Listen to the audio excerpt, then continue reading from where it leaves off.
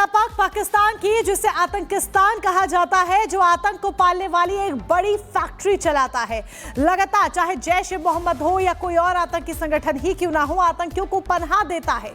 भारत के सामने बार बार जलील होता है, बावजूद इसके अपनी आतंक की फैक्ट्री चलाना बंद नहीं करता। लेकिन अब कोई ऐसा है जो आतंकिस्तान में ही, यानी कि आतंकिस्तान में ही जो आतंकी उसने पाल रखे हैं, उन्हें मार गिराने का एक एक कर काम कर रहा है। एक रिपोर्ट देखिए।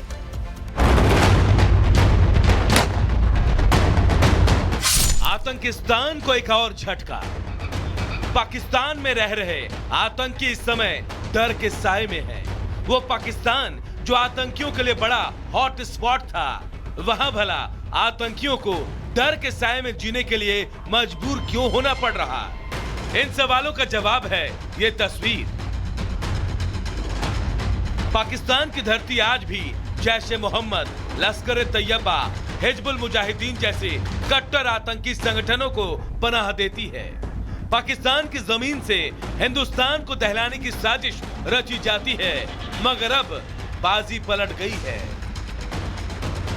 पाकिस्तान में लश्कर के खूंखार आतंकी की गोली मारकर हत्या। केपी के प्रांत के स्वाबी में आतंकी सरगना मौलाना काशिफ अली का मर्डर।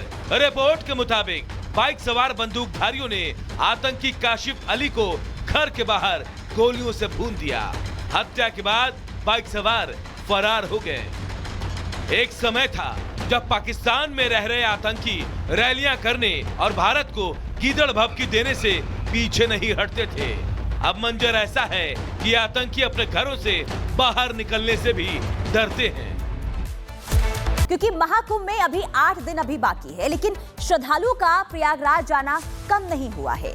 पिछले 36 दिनों की बात करें तो पिछले 36 दिनों में 54 करोड़ श्रद्धालुओं ने संगम में डुबकी लगाई है और अब भी ट्रेनों के जरिए, सड़क के माध्यम से श्रद्धालु प्रयागराज लगातार पहुंच रहे हैं। वहीं भीड़ देखकर विपक्ष बौखला गया है। रिपोर्ट देखिए।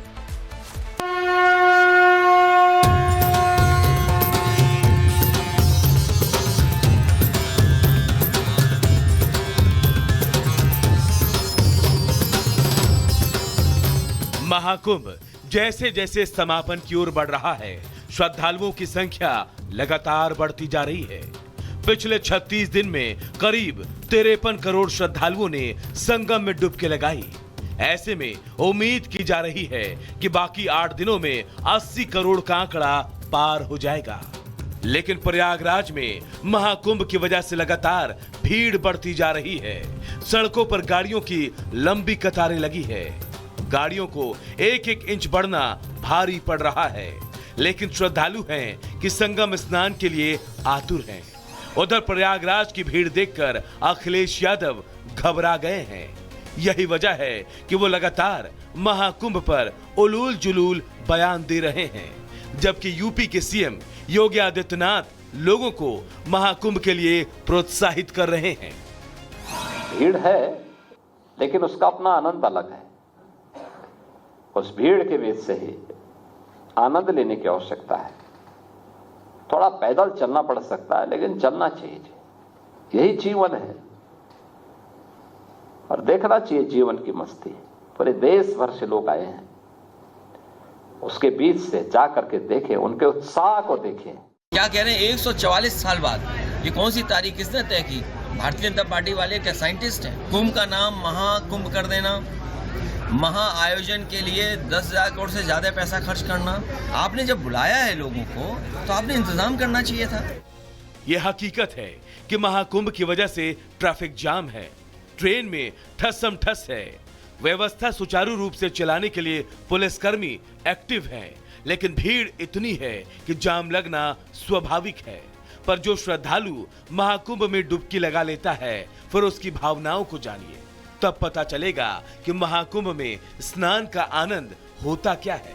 और आस्था की डुबकी लगाने वाले आम हो या फिर खास, हर कोई अपने आप को सौभाग्यशाली समझ रहा है।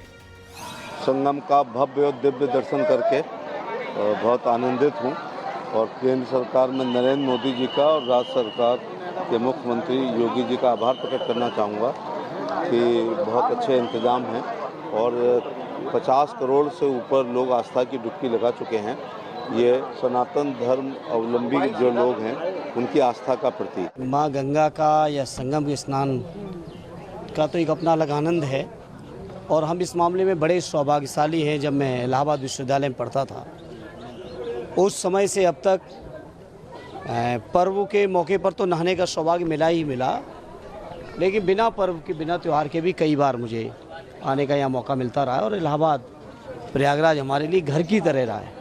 जो भी हिंदुत्व का जो कार्य है उस कार्य में शिवसेना का योगदान रहता है और आगे वाले दिनों में भी वो रहेगा।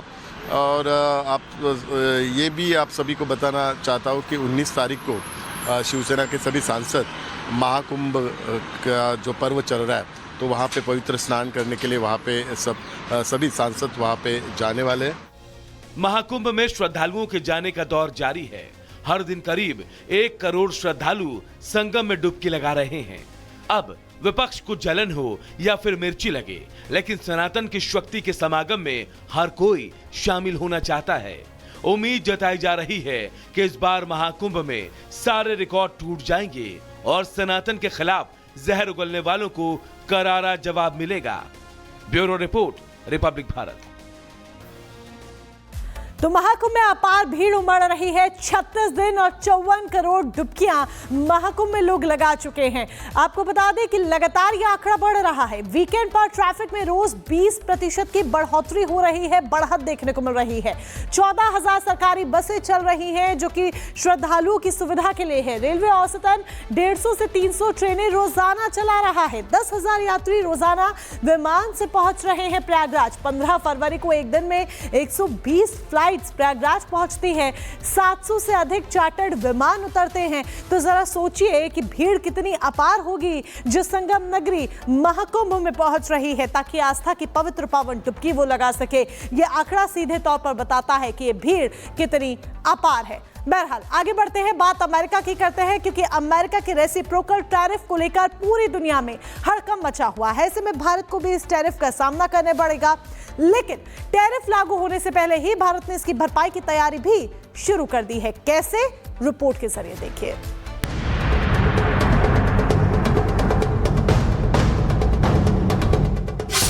टैरिफ, टेरर और टेंशन।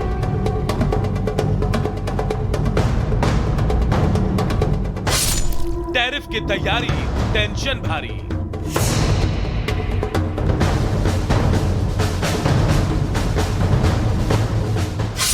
भारत की तैयारी, नया प्लान जारी।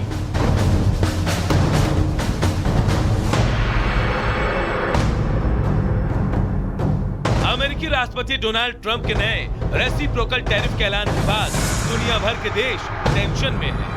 लेकिन भारत ने इसके लिए अपनी तैयारी शुरू कर दी है।